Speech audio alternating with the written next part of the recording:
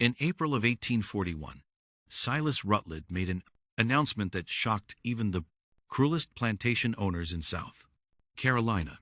He was placing his daughter, Catherine, a 8-year-old woman weighing over 260 pounds, under the complete authority of an enslaved man named Ezekiel Cross, not as a nurse, not as a companion, as her owner in every way that mattered, except on paper.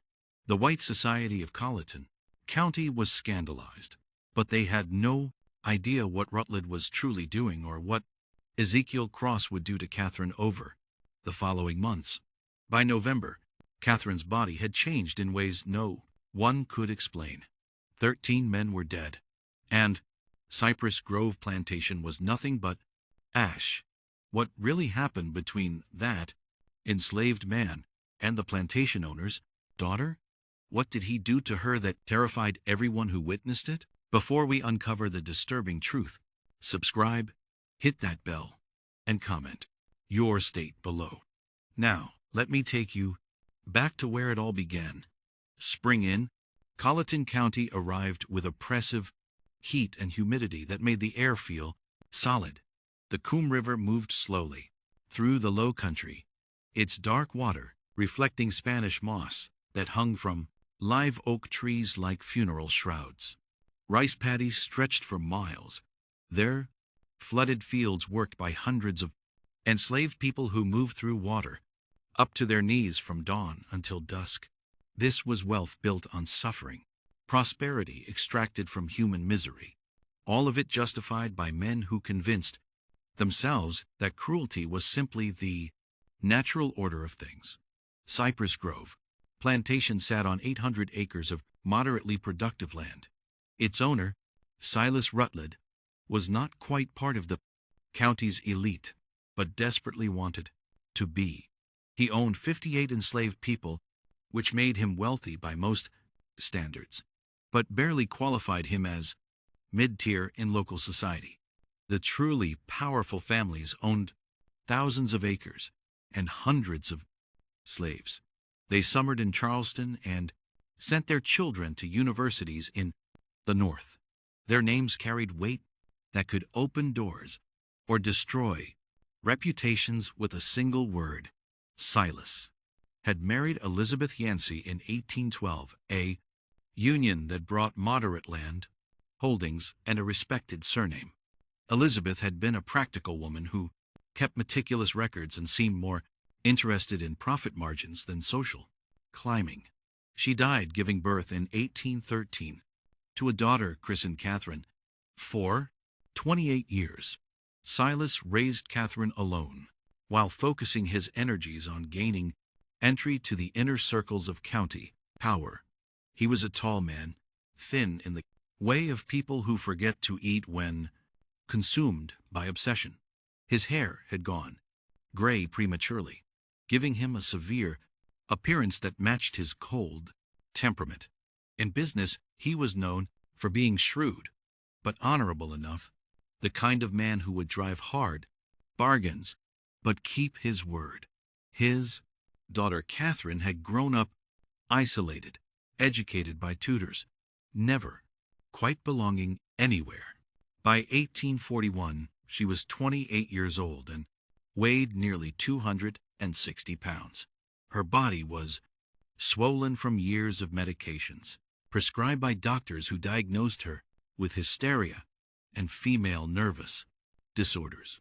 She suffered violent fits, where she would scream and throw objects. She had attacked her father with a letter opener the previous year, leaving a scar across his left hand. The white society of Colleton County whispered about her with false sympathy. Poor Silas Rutledge, burdened with a mad daughter. What a shame. She had been such a pretty child. None of them knew the truth. None of them knew what Catherine had witnessed when she was 12 years old, or that her madness was not madness at all, but a rational response to living with monsters. The letter arrived on April 7th, delivered by private courier. Silas opened it in his study, expecting business correspondence. Instead, he found 3 pages on expensive paper, sealed with red wax bearing a symbol he recognized immediately. A scythe crossed with wheat stalks, the mark of the brethren of the harvest. The brethren, 13 men who gathered in darkness to perform rituals. They believed strengthened the land through blood sacrifice. They mixed old European traditions with beliefs borrowed from enslaved people who understood spirits and power. They believed the strong were meant to consume the weak, literally when necessary. Silas had been initiated in Itimbabe Arshar. He had attended perhaps 40 gatherings over 19 years, participating in rituals that ranged from disturbing to monstrous. The letter informed him he was in debt, $12,000, borrowed over years of gambling losses and failed investments, an impossible sum. Repayment would require selling most of his land and all his slaves, destroying everything he had built. But the letter offered an alternative, a demonstration of commitment from members in difficult positions. Silas would take his daughter, Catherine, and place her under the complete authority of one of his enslaved men, not temporarily, not as punishment, as a genuine transfer of responsibility lasting 1 full year. The enslaved man would have total control over her person, her daily activities, her treatment. Silas would announce this publicly at a gathering of the county's prominent families, explaining it as an extreme medical measure for his daughter's condition. The humiliation would be absolute. In a society where white women were supposedly precious and protected above all others, Silas would be declaring his daughter worth less than his property. But if he agreed, his debt would be forgiven, and the brethren would provide financial support to restore his position. Silas sat in his study for hours that night. He thought about his options. Bankruptcy would destroy him completely. The brethren had connections to every judge, every lawyer, every politician in the region. They could make him disappear if he became a problem. Or he could sacrifice his daughter's dignity to maintain his own position. The choice society had trained him to make property over people, power over morality. He wrote his acceptance by candlelight and sent it before dawn. 3 days later, another letter arrived, with a name and brief history. Ezekiel Cross, age 33, purchased recently through an intermediary from a Virginia plantation. Skills included carpentry and herbal medicine. Temperament listed as quiet and obedient. What the letter did not say was that Ezekiel Cross had been selected specifically for this purpose, that his placement at Cypress Grove was no accident, that he carried his own burning need for justice and the patience to wait for exactly the right moment. Ezekiel arrived on April 13th in a wagon driven by a slave trader named Henderson. The wagon pulled directly to the main house, unusual since most slave transactions happened near the barns. Silas came out onto the porch, shading his eyes against the morning sunday. In the wagon bed sat Ezekiel. The first thing Silas noticed was his eyes. Most enslaved people kept their gaze down as a survival mechanism, but Ezekiel looked directly at Silas, his expression calm and assessing. It made Silas deeply uncomfortable. Ezekiel was tall, perhaps 6'2", with broad shoulders and lean muscle from a lifetime of hard labor. His skin was unmarked by whipping scars. His clothes were simple but clean. His hands were large and calloused, but his fingers had a precision that suggested skilled work rather than just brute force. Henderson climbed down and handed papers to Silas. Ezekiel Cross as requested. Previous owner said he was quiet but capable. Your associates want you to know this one was carefully selected. Silas barely glanced at the papers. He addressed Ezekiel directly. You understand why you are here? Yes, sir. Ezekiel's voice was deep and measured with a slight Virginia accent. My daughter is unwell. You will be responsible for her care. Doctors have failed. You claim knowledge of herbal treatments. My grandmother was a healer. Sir, she taught me before I was sold. The transaction completed quickly. Ezekiel was shown to a small cabin near the main house, separate from other slave quarters. He was given basic supplies and told his duties would begin. The next day, he was informed that his sole responsibility was Catherine's care, and that failure would have severe consequences. Ezekiel nodded and said, Yes, sir, when required.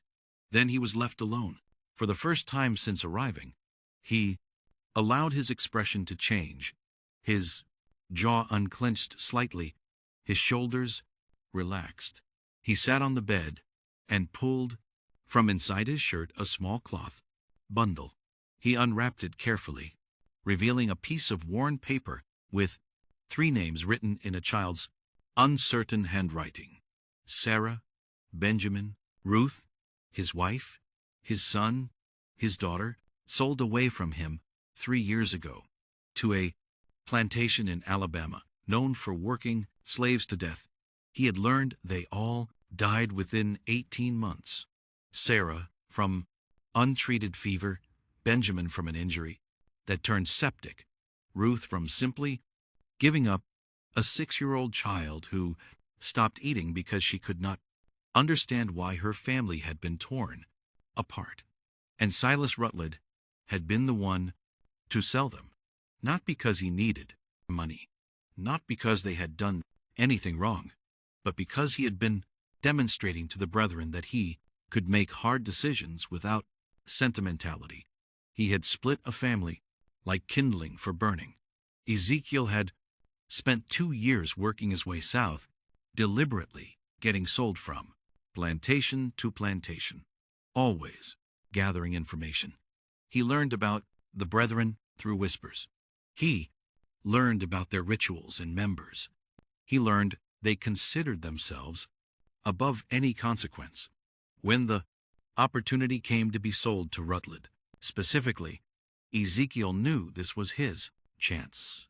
He would have access to Rutledge's house, to his secrets, to his vulnerabilities.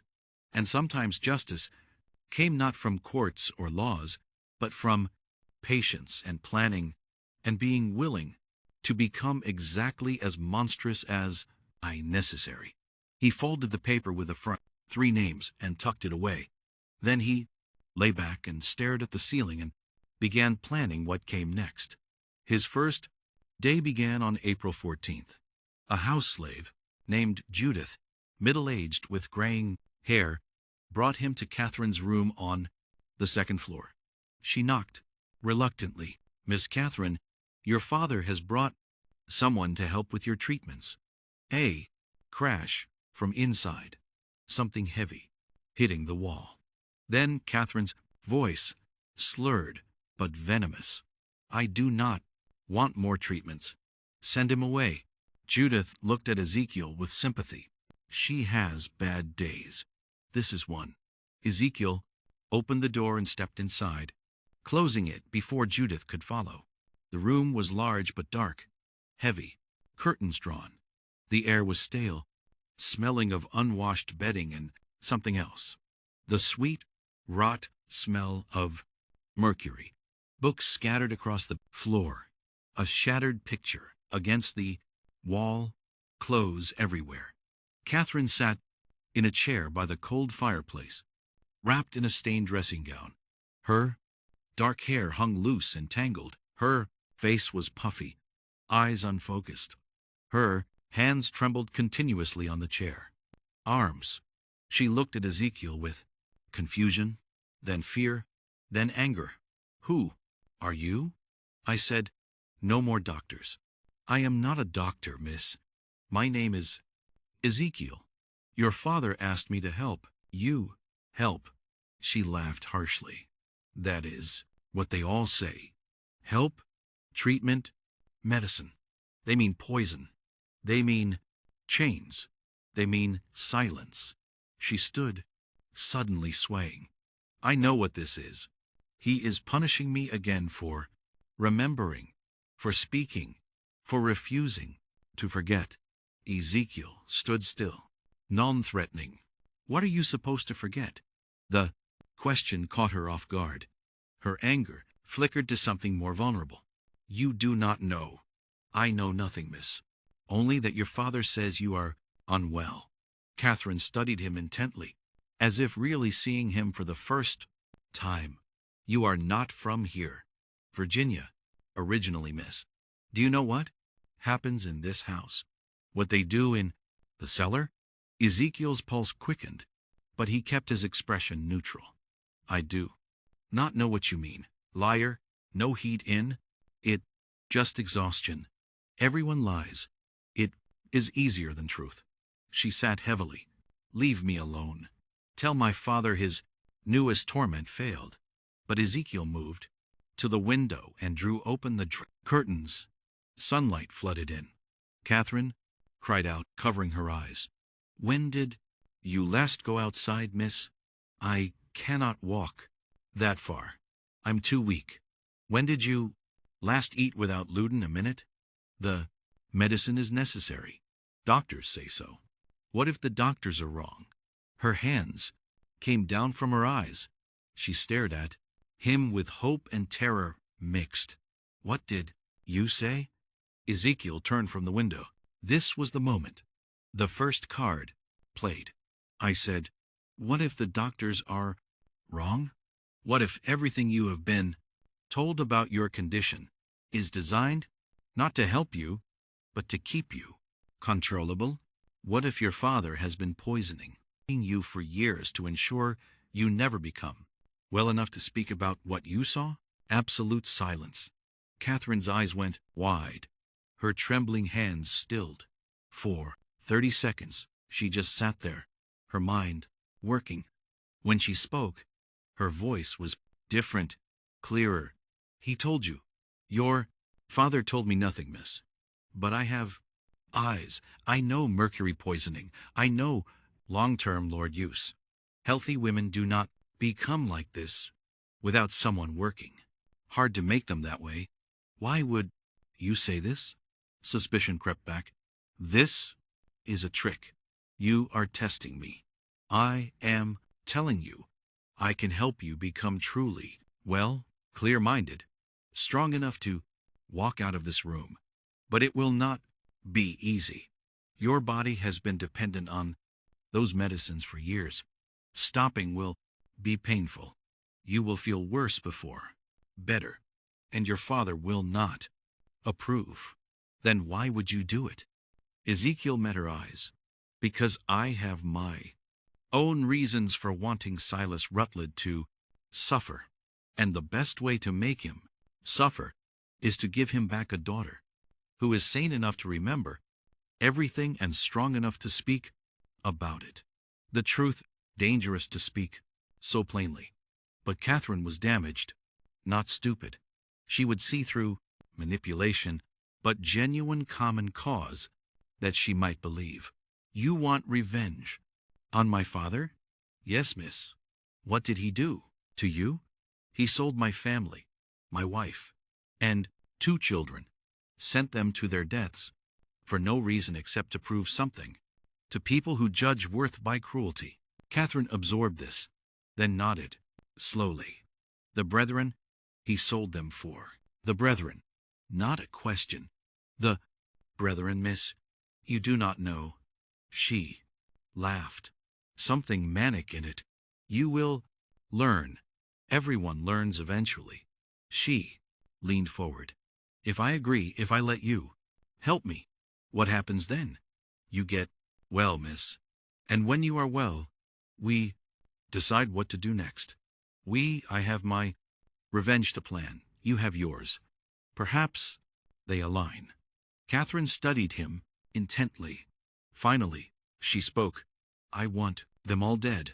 My father, Judge Pelham, Reverend Crenshaw, all of them. Every man who stood in that cellar. I want them to suffer first, to know it is coming to beg, then I want them dead. The venom was shocking, not for its intensity, but because it came from someone dismissed as mad and harmless. This was not madness. This was rage, concentrated by years of suppression. Ezekiel nodded. Then we have an understanding, Miss Catherine. If we are conspirators, use my name. I cannot. Miss, not where anyone might hear. We must be careful. Then, know something. Ezekiel. Catherine's eyes glittered dangerously. I have killed before 3 people, house slaves, who might have told my father about my lucid moments. I cannot remember exactly how. The dildenum blurs everything. But I know I did it. They disappeared. Their families were told they ran away. She smiled terribly. So if you plan to betray me, to use me, then dispose of me. Know that I am not a down victim. I am something worse. Ice ran down Ezekiel's spine. He had expected an ally, not someone whose capacity for violence might exceed his own, but he kept steady. I believe you, miss, and I will not betray you. Good, Catherine stood more steadily. Then let us begin. But I have one condition. When this is over, when we have had our revenge, I want to die. I do not want to live with what I have seen and done. You will help me with that too. Agreed. Ezekiel had not expected that, but he was committed now. Agreed. Then we have a deal. Catherine extended her hand. After hesitation, Ezekiel shook it. Her grip was stronger than expected. Over the following week, Ezekiel began Catherine's treatment. He gradually reduced her laudanum, replacing some with herbal tinctures, valerian root for anxiety and sleep, chamomile for digestive distress, milk thistle to help her liver process accumulated toxins. The process was brutal. Catherine spent 3 days in bed with fever, shaking, and vomiting. Ezekiel stayed with her through it, holding a basin while she was sick, wiping her face with cool cloths, speaking quietly, just to remind her she was not alone. When the worst passed, she was weak but clearer than she had been in years. The constant tremor decreased. Her speech was less slurred. She could focus on reading. Then real work began. Ezekiel had her walking short distances at first, from her room to the hallway and back. It exhausted her, but he insisted, every day a little further. He adjusted her diet, bringing lean meats and vegetables instead of heavy pastries. He limited portions strictly, though she fought him years of using food as comfort, making restriction difficult.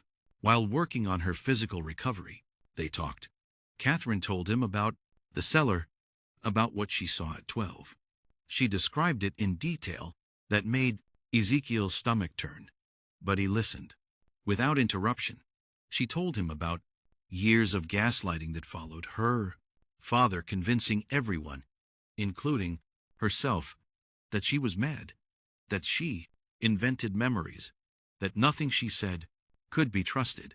She told him about the journal she kept, hidden pages, documenting dates and times when her father left late at night, names of visitors at strange hours, sounds from below that should not be possible.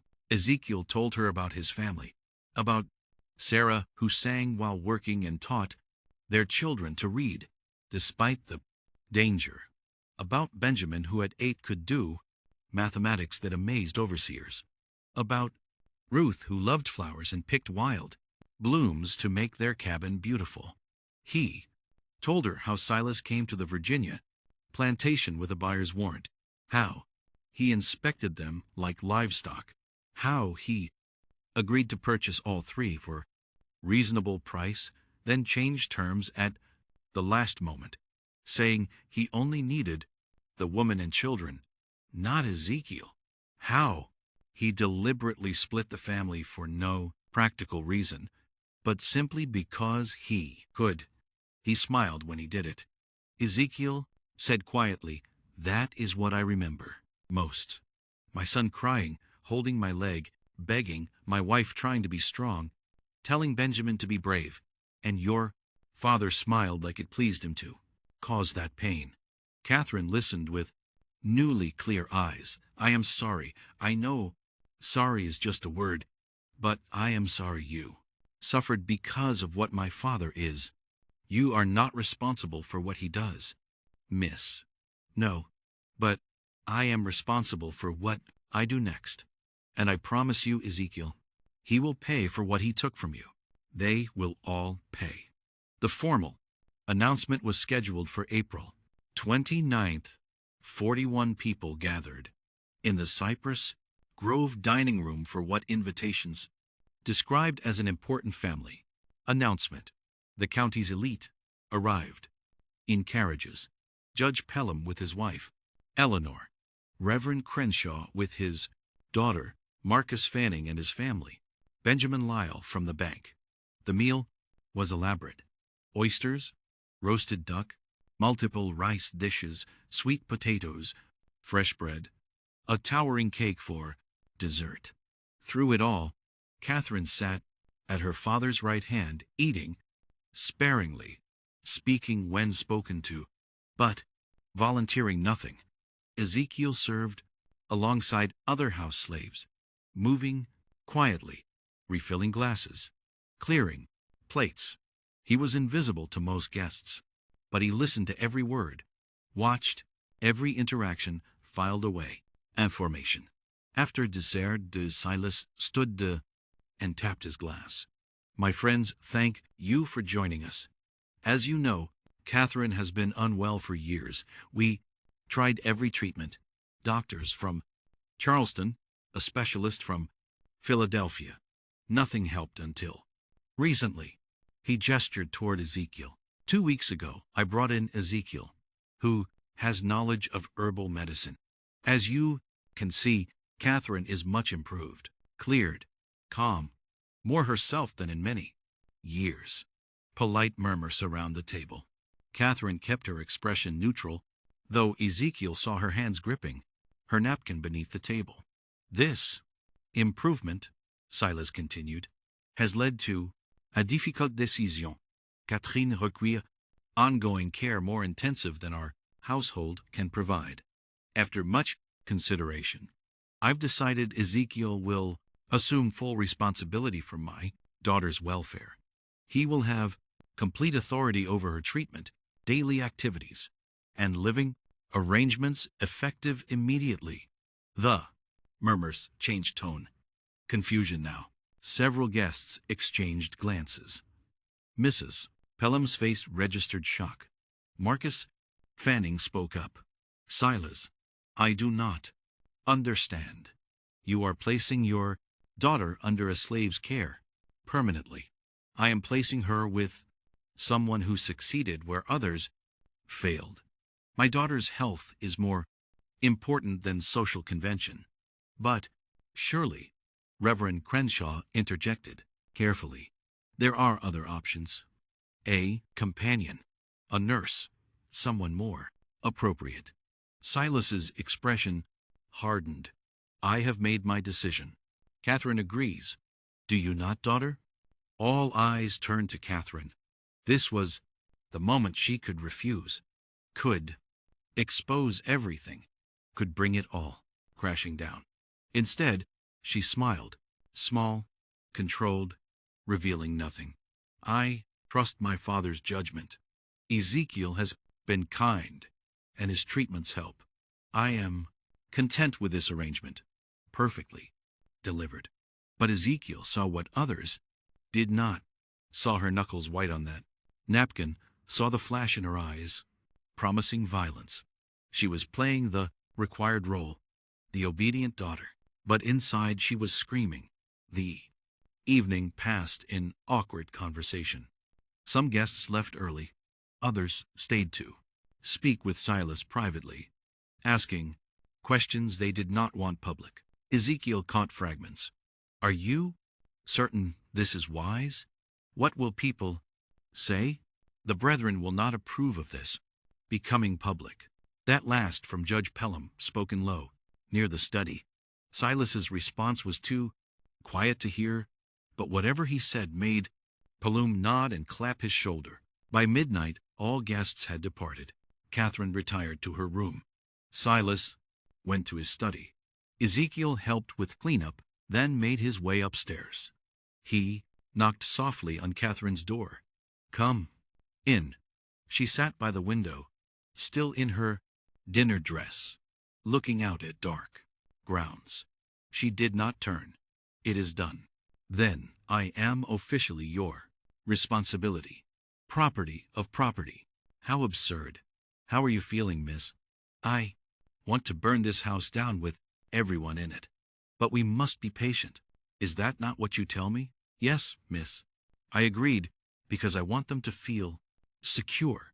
I want them to think this is just my father's eccentricity. I want them to forget about me while we work. She turned to look at him. Did you see their faces? The disgust, the pity. They think I am pathetic. They have no idea what we are planning. And what exactly are we planning, miss? Catherine moved to her dresser and pulled out a wooden box. Inside were papers covered in her handwriting. I have been documenting everything I remember for years. Dates, names, ritual descriptions coded so it looks like nonsense if found. But I can decode it. We have enough to destroy 20 men. And will anyone believe us, miss? A men's and votes. Woman recently recovered from madness. And an enslaved man. No. Which is why we need proof. They cannot dismiss real, physical evidence. She pulled out one specific page. I know where they keep their records. The Brethren maintains a ledger of all activities, every ritual, every sacrifice, every member's participation. It ensures everyone is equally guilty. My father mentioned it years ago, before he realized I would remember. Where is this ledger? In the peat cellar. There is a hidden room beyond the main chamber. I never saw inside, but I heard them talk about it. That is, where they keep everything they cannot afford to lose. Ezekiel felt excitement mixed with dread. Such a ledger would be devastating evidence, but getting it meant going into the heart of the Brethren's domain. We would need to access it when the house is quiet. My father travels to Charleston monthly for business. The next trip is May 14th.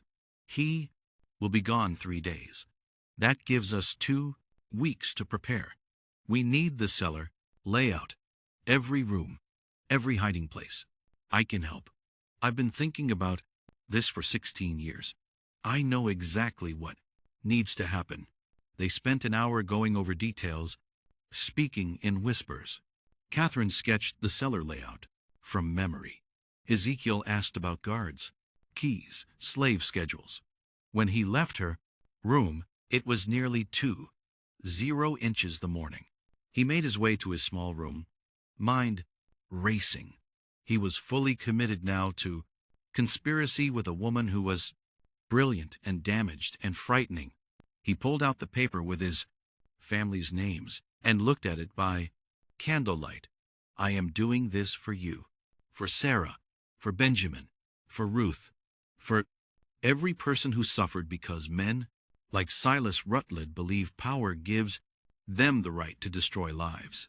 He blew out the candle and lay in darkness, listening to the house settle. Somewhere below, in a cellar he had never seen, were secrets that could tear apart South Carolina's most powerful families. In 2 weeks, he would go down there to find them. The 2 weeks passed with deceptive calm. Catherine continued, improving. Her weight dropped. Her mind stayed sharp. She walked further each day. More importantly, she was translating sections of her coded journals for Ezekiel, filling in details about the brethren that made his blood run cold. The brethren was not unique to Colleton County. It was part of a larger network across the South, connected societies in Charleston, Savannah, New Orleans, Richmond, different names, but always the same structure. Wealthy men who believed their power derived from ancient practices of dominance and sacrifice. They believed they continued traditions going back thousands of years. Catherine explained one afternoon. European mystery cults mixed with things learned from enslaved people. They twisted it into something monstrous, justification for things that have no justification. And the sacrifices not always human, sometimes animals, but other times they take people who will not be missed, slaves with no family, poor whites who wander onto their properties. Once I heard my father mention a child, but I do not know if that was literal. Where do bodies go? Swamps on every plantation. Bodies go in and are never found. Alligators do the rest. And this ledger documents all of it. Every ritual for 40 years. Names, dates, descriptions. They keep it because they need mutual complicity. Everyone equally guilty, so no one can expose the others without destroying themselves. May 14th arrived. Silas left for Charleston early morning, taking his carriage and manservant. He would stay with associates, attend to business, expected back evening of May 16th. That gave them almost 3 full days. They waited until nightfall before moving. The house settled into evening routine. By 10, the main house was silent. They met in Catherine's room. She had changed into simple, dark clothes, allowing freedom of movement, hair pulled back tightly. She looked like someone preparing for battle. "Are you certain, miss?" "I have never been more certain." "Let us go." The cellar entrance was in the kitchen behind the pantry. The door looked like wall paneling, but pressed right, it clicked open, revealing narrow stairs descending into darkness. The smell hit immediately. Damp earth and old smoke, and something organic and rotten. Catherine noticed his reaction. "You get used to it. I wish I could say you stop smelling it, but I would be lying." They descended carefully, Ezekiel carrying a shuttered lantern providing minimal light. The stairs were steep and worn, wood creaking. After 20 steps, they reached bottom. The cellar was larger than expected, easily 30 feet square with low ceilings supported by thick beams. Floor was packed earth, walls lined with stones weeping moisture. At center was what Catherine called the altar, though now it looked like just a heavy wooden table, but dark stains on its surface and grooves carved in edges told their own story. Around the room were candle holders, clay jars sealed with wax, wooden boxes, a rack holding black robes with crimson trim. Along one wall, shelves containing books and papers. Catherine moved with certainty of someone following a memorized map. She led Ezekiel to the far wall, where stones seemed solid, but she pressed one particular stone and something clicked. A section swung inward, revealing another chamber. This room was smaller, 10 feet square, and here the brethren kept its secrets. The ledger sat on a wooden stand in the center, massive 2 feet tall and 18 inches wide, bound in dark leather with metal clasps. Next to it were smaller journals. Around the walls were shelves containing jars Ezekiel refused Alice to examine too closely. "There, Catherine," whispered, pointing. "That is what we need." Ezekiel moved to the stand and opened the book carefully. Pages were thick parchment, covered in meticulous handwriting, names and dates going back to 1,800. Ritual descriptions written in clinical detail like scientific experiments rather than atrocities. He began reading. And with each entry, his horror deepened. These men had not just committed occasional violence. They made it systematic. Regular gatherings every 6 weeks. Rituals timed to agricultural cycles. Believing blood-fed land. They had killed at least 37 people over the years, probably more. Mostly enslaved people, but also poor whites, indigenous people, anyone vulnerable, and notes about consumption. They had not just killed, they had eaten. Pieces of victims prepared specific ways consumed during ritualistic meals they believed transferred power. Dear God, Ezekiel whispered, this is worse than I imagined. I tried to tell you. Catherine's voice was flat. I watched them when I was 12. I watched them cut pieces from that woman on the altar. I watched my father raise a goblet and drink. Then I spent 16 years being told I was insane, that I imagined it all. But I knew. I always knew. Ezekiel turned pages looking for entries about his family. He found them in October 1,838, 3 lines. Purchased. Family unit from Virginia. Woman Sarah. Children Benjamin and Ruth. Separated. From mail to demonstrate resolve. Sent to Alabama contact. Payment received. 3 lines. That was all his family's destruction merited. We need to take this, Ezekiel said, voice tight with rage. No, Catherine's hand on his arm. If we take it now, they will know immediately. We need to copy the most important entries first. She was right. But Ezekiel wanted to burn everything. But revenge required patience, required being smarter than the enemy. They spent 3 hours working. Catherine had brought paper and ink. She copied entries about specific rituals, focusing on ones, naming current members. Ezekiel documented victims, creating a list of names and dates that could potentially be cross-referenced with other records. Exhausting work made worse by the content. Several times Ezekiel had to stop, hands shaking too badly. Once, Catherine left the chamber entirely, overcome by memories. But slowly, methodically, they built their case. Page after page of evidence. They were so focused, neither heard footsteps on the cellar stairs. First indication something was wrong was when light flared in the outer chamber lantern, light much brighter than their single lamp. Ezekiel looked up sharply. Of blood. Going cold. Silas Rutledge stood in the doorway flanked by 2 other men. Behind, with them, at least 4 more figures in the main cellar.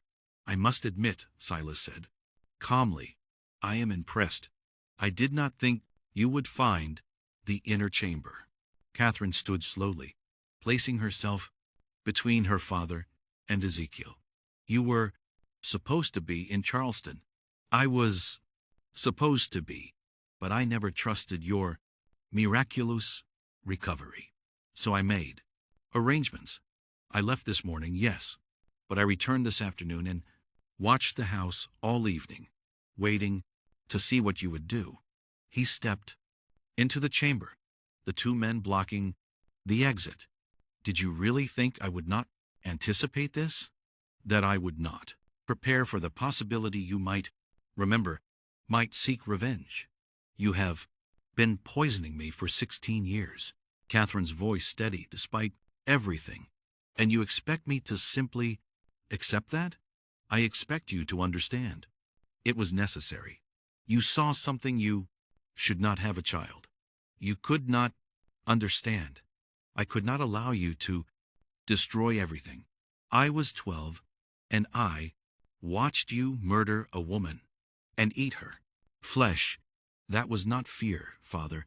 That was a reasonable response to witnessing evil. Evil? Such a simple word. Silas moved further into the room, eyes moving between Catherine and Ezekiel. And you, using my daughter to get to me, filling her head with ideas of revenge. Ezekiel said nothing, calculating distances and odds. 7 men against 1, with Catherine in no condition to fight. The situation looked hopeless. Silas seemed to read his thoughts. Do not do anything foolish. I do not want to hurt either of you, not permanently, but I cannot have this rebellion continuing. He gestured to the men behind him. Bring them upstairs. We need to discuss what happens next. They were taken to Silas's study and locked inside together. The room was windowless, except for one high transom, impossible to reach. The door was heavy oak, locked from outside. As soon as they were alone, Catherine moved to Ezekiel. Are you hurt? No, miss, but we are in serious trouble. Yes, but not as much as you think. She pulled something from inside her dress. The papers they had, he'd been copying. I managed to keep these. He did not search me. Too confident. That will not help if we are dead. We are not going to die. Not tonight. Catherine's eyes were calculating.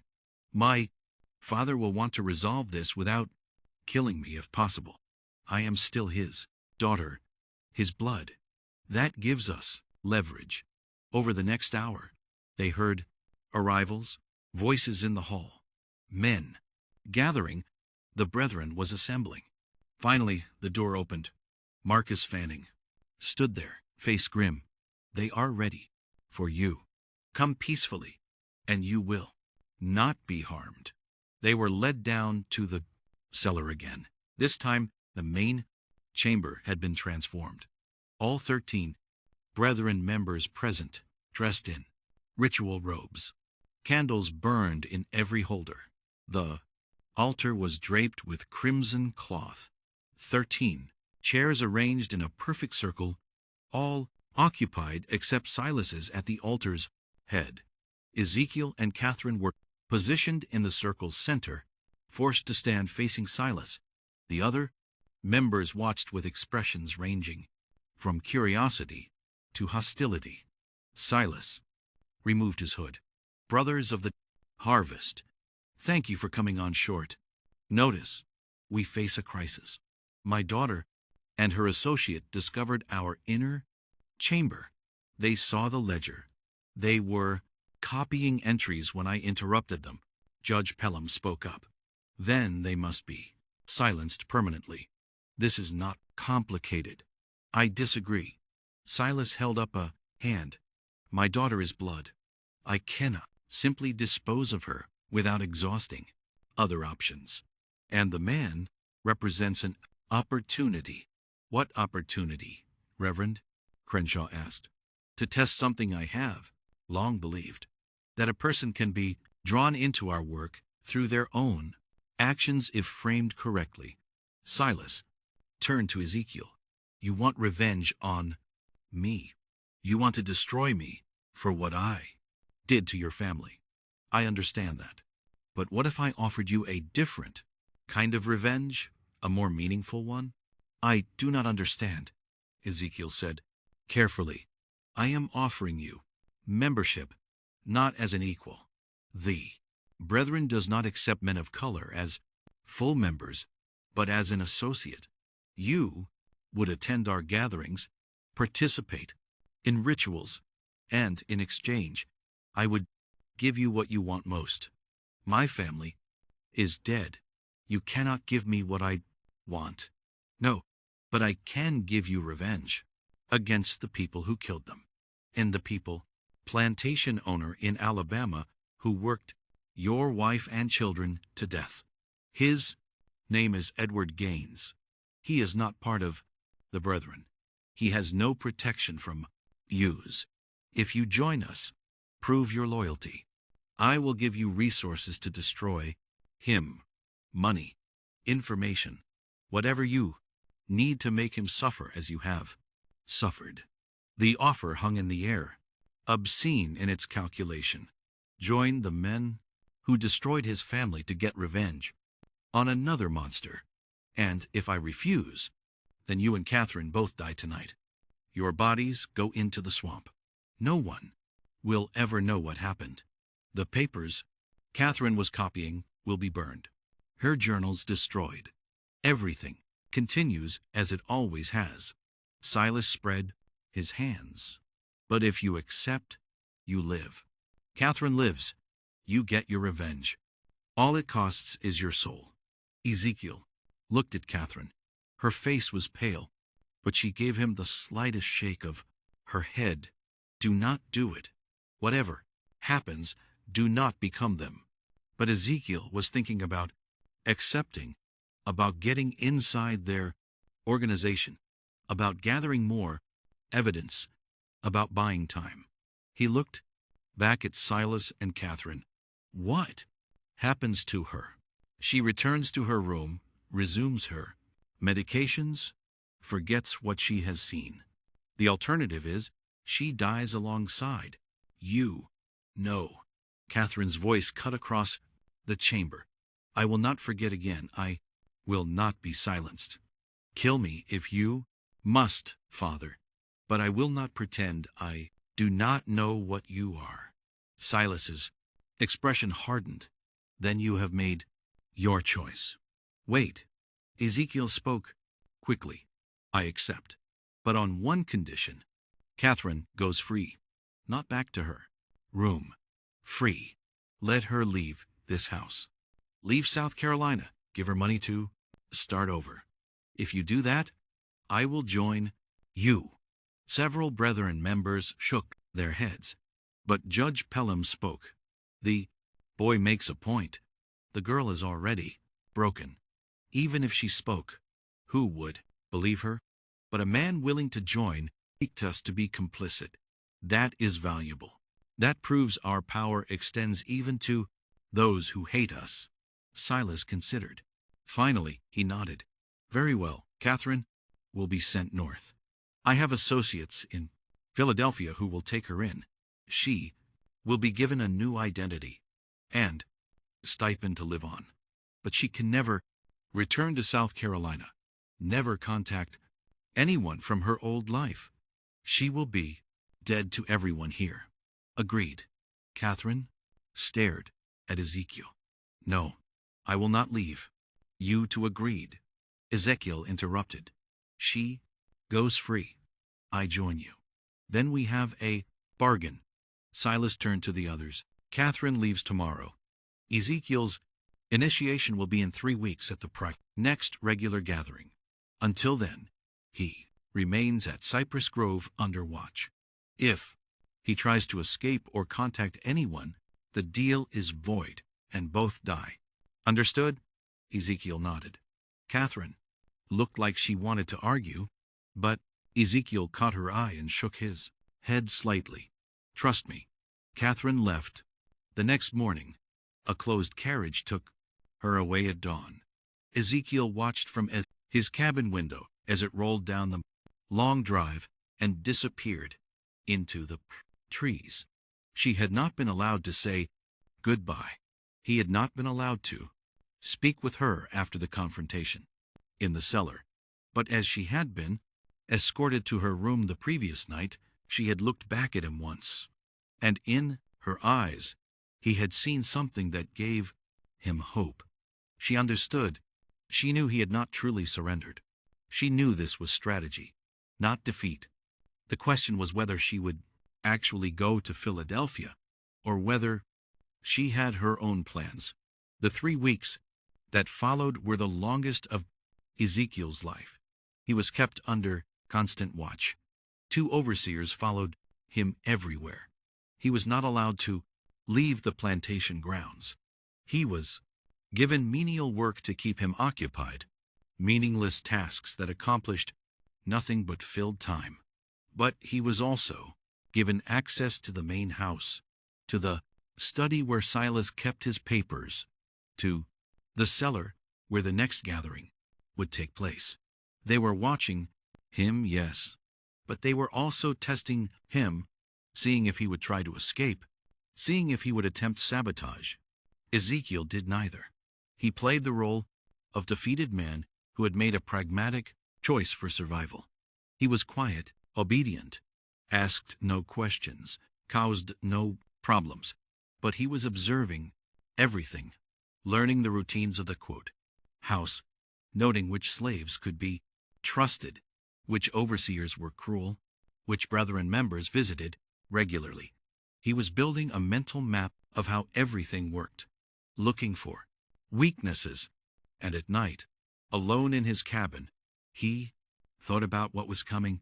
His initiation would require participation in their rituals. They would test him. They would want to make him complicit in something horrible, so he could never expose them without destroying himself.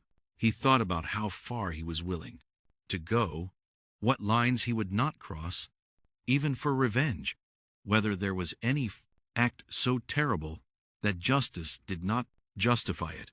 He did not have good answers to those questions. On June 2nd, the night before his initiation, Silas came to his cabin. It was late after midnight.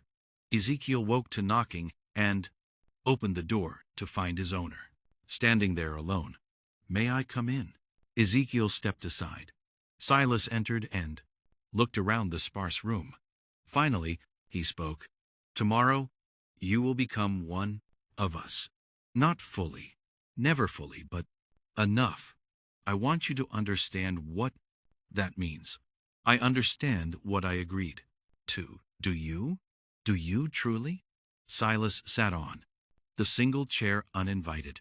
"The Brethren has existed for 43 years. In that time, we have never lost a member to exposure. Never had someone break our code of silence. Do you know why?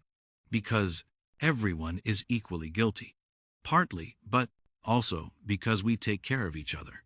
A man joins the Brethren and suddenly, doors open, business opportunities appear. Legal problems disappear. Enemies find themselves in difficulty.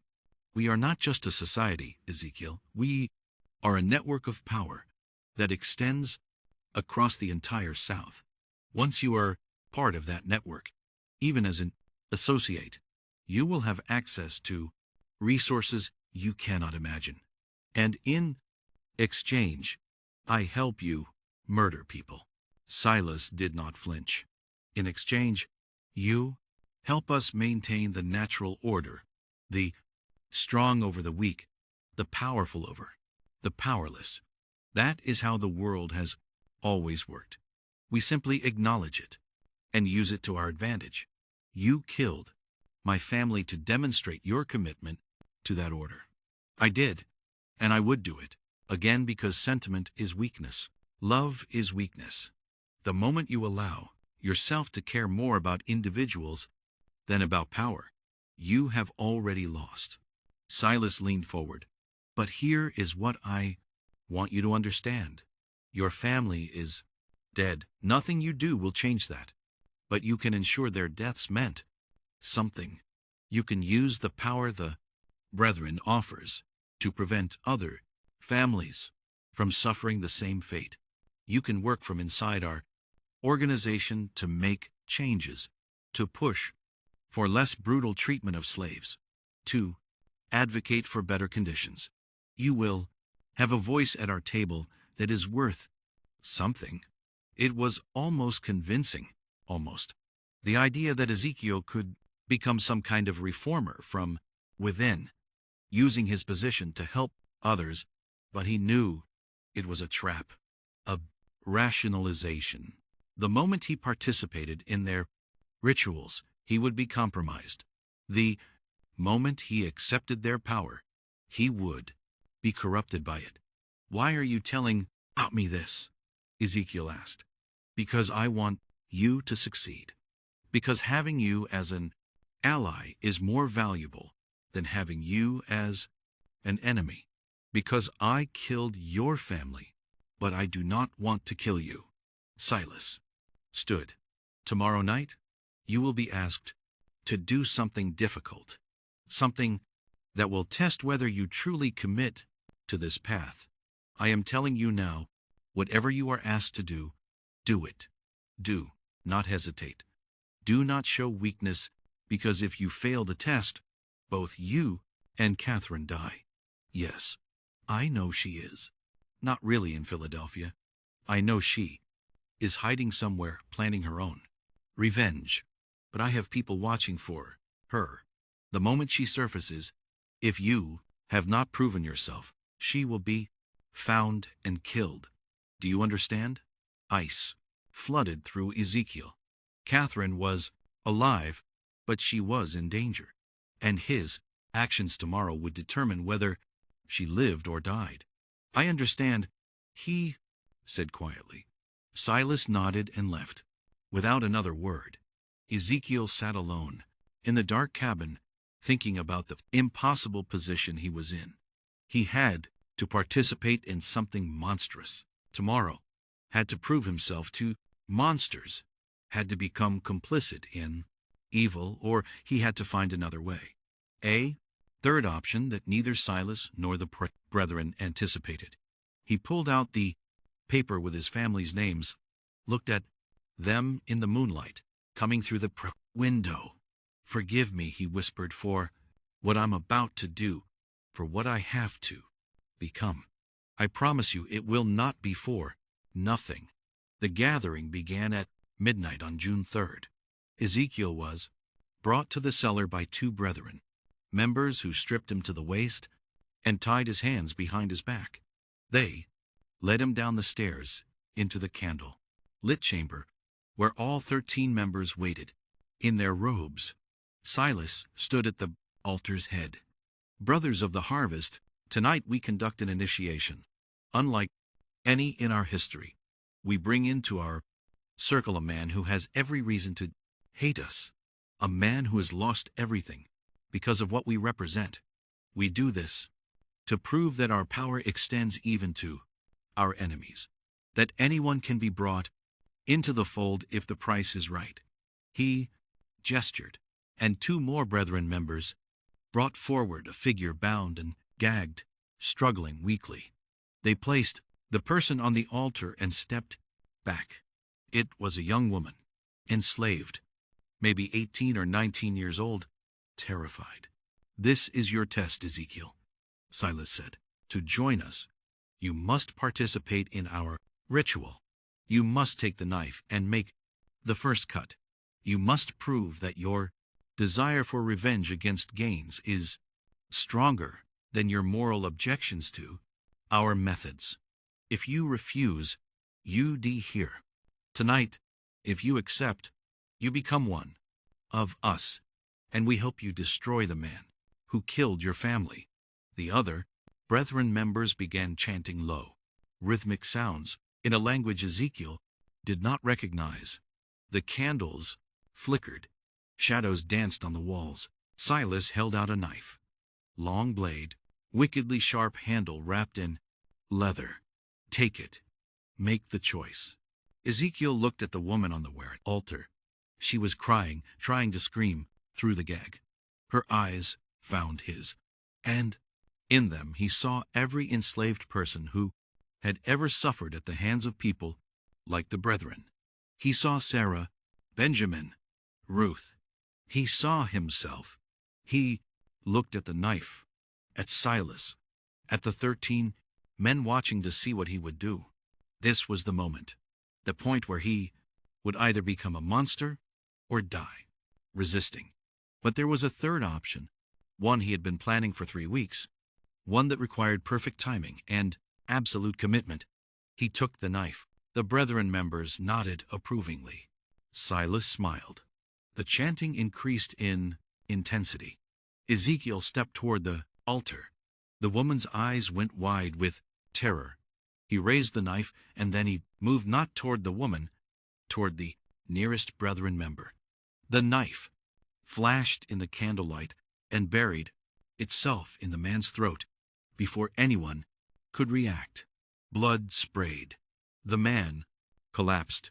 Ezekiel grabbed the fallen member's robe, pulling it off in one motion. He threw it over the nearest candles, plunging half the room into darkness. Chaos erupted. He moved through the confusion like violence incarnate. Years of rage focused into action. He grabbed another man, using him as a shield. As someone swung at him, threw the body into two more members, tangling them, kicked out at a knee, heard bone crack, grabbed a candle holder and smashed it into a face. The brethren were powerful men, but they were not fighters. They were soft, privileged, used to others doing violence for them. Ezekiel was none of those things. He fought toward the altar, where the woman lay, grabbed her, cut her bonds with the knife he had somehow kept hold of. "Run!" he shouted up the stairs. "Run!" She scrambled off the altar and fled. Ezekiel turned back to face the remaining brethren members, 7 of them still standing, blocking the stairs. "You have made a terrible mistake," Silas said, his voice steady. "Despite the carnage, you have killed yourself and Catherine both."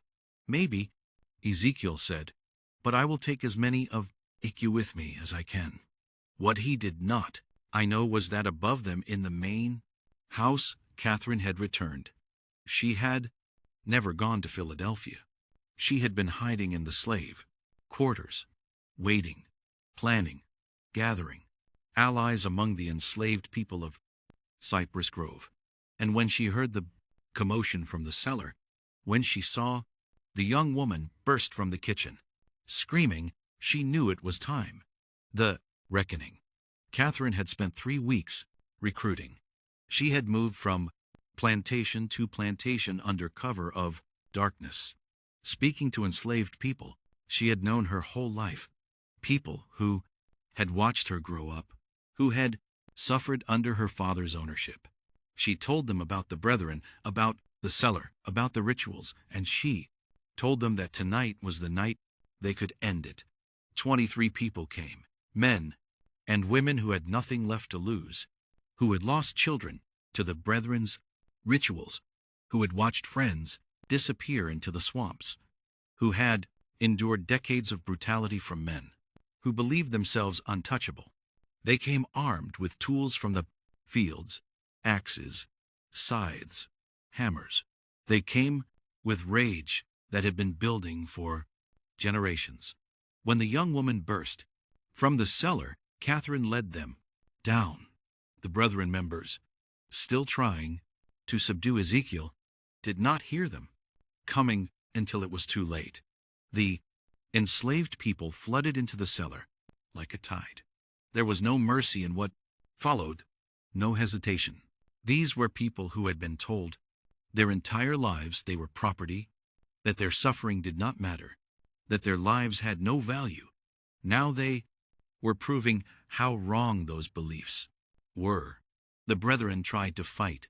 Judge Pelham pulled a pistol but was struck down before he could fire.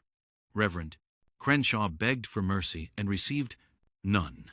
Marcus Fanning tried to flee up the stairs and was dragged back down. Silas Rutledge, seeing everything collapse around him, tried one last desperate play. He grabbed Catherine, pulling her to him with a knife at her throat. "Stop! Stop, or I kill her." The room went still. Catherine looked at her father with no fear in her eyes. "Do it. Kill me. It changes nothing. You have already lost. I can still escape. You can still nothing." Catherine's voice was cold. "You spent 16 years trying to break me, trying to make me forget, trying to convince me I was mad. But you failed. I remembered everything, and I am going to watch you die." She drove her elbow back into his ribs with sudden, vicious force. His grip loosened. She spun away, and before Silas could recover, Ezekiel was there. They faced each other, the enslaved man and the plantation owner. All the power Silas had held, all the privilege and cruelty, all the years of believing himself untouchable. None of it mattered now. You took everything from me, Ezekiel said, quietly. My wife, my children, my life. You did it for no reason except that you could to prove something to men who valued cruelty over humanity. Please, Silas said. Just that one word, pathetic and desperate. Did my wife say please? Did my son? Did any of the people you killed in this cellar? Ezekiel shook his head. No mercy. Not for you. Not ever. What happened next was brutal and final. The enslaved people made sure none of the brethren survived. 13 men who had believed themselves above consequence learned in their final moments that power was an illusion. That cruelty always came home. Eventually, when it was over, Catherine stood in the center of the cellar, surrounded by bodies. She was shaking, not from fear, but from release. 16 years of rage finally given outlet. Ezekiel came to her. Are you hurt? No. Are you? Minor cuts, nothing serious. He looked around at the carnage. What do we do now? Now? Catherine's smile was grim. Now we burn it all. The cellar, the ledger, the evidence. We destroy every trace of what happened here. But that evidence could prove what they did, could bring justice. Justice? Catherine laughed bitterly. Ezekiel looked around. This is justice. The only kind we were ever going to get. If we try to take that ledger to authorities, what happens? We are hunted down and killed. The surviving brethren members in other counties come for us. This only ends if everyone believes the Cypress Grove chapter died in an accident. If there is no evidence, no witnesses, no story to tell, she was right and Ezekiel knew it. Then we burn it. They spent the next 2 hours preparing. The enslaved people who had helped them left before dawn, disappearing back to their various plantations. They would say nothing. They had seen nothing. They knew nothing. That was how survival worked. Catherine and Ezekiel poured oil through the cellar, stacked wood and kindling, placed the bodies in positions that might look like an accident if anyone investigated. Then they took the ledger and all the journals and placed them in the center of the altar. Wait, Ezekiel said. He opened the ledger one last time and found the entries about his family. He carefully tore out those pages and folded them, placing them inside his shirt for them so they are not forgotten. Catherine nodded. Then she took a candle and held it to the oil-soaked wood. The fire caught immediately. Within minutes, the cellar was ablaze. They fled up the stairs and out of the house, stood in the yard, watching as flames engulfed Cypress Grove Plantation. People would come. Other plantations would see the smoke. There would be questions, but Catherine and Ezekiel had their story prepared. A terrible accident.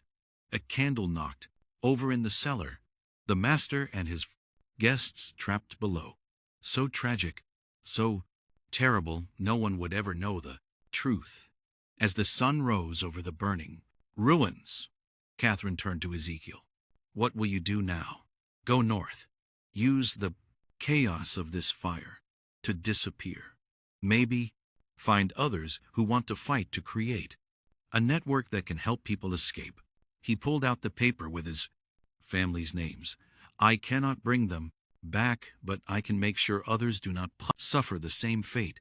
And I will go north as well. Use the money I have been stealing from my father's accounts for years. Start over, she paused. But I will not forget. I will document everything that happened here. I will write it all down so that someday, somehow, someone knows the truth. They sealed the records. They will seal your testimony too if you try to make it public. Then I will hide it. I will code it. I will leave it somewhere to be found decades from now, when we are all dead and it cannot hurt us anymore. She looked at the burning house. The truth has a way of surfacing eventually. Even when people tried to bury it, they stayed until the fire burned itself out, until Cypress Grove Plantation was nothing but ash and blackened timbers, until there was nothing left to show that 13 men had gathered there to commit atrocities. Then they walked away in opposite directions, Catherine north, toward Charleston, and eventually Philadelphia, Ezekiel west toward the frontier, where enslaved people could disappear into communities that asked no questions. They never saw each other again. The official story was exactly as they had planned: a tragic accident.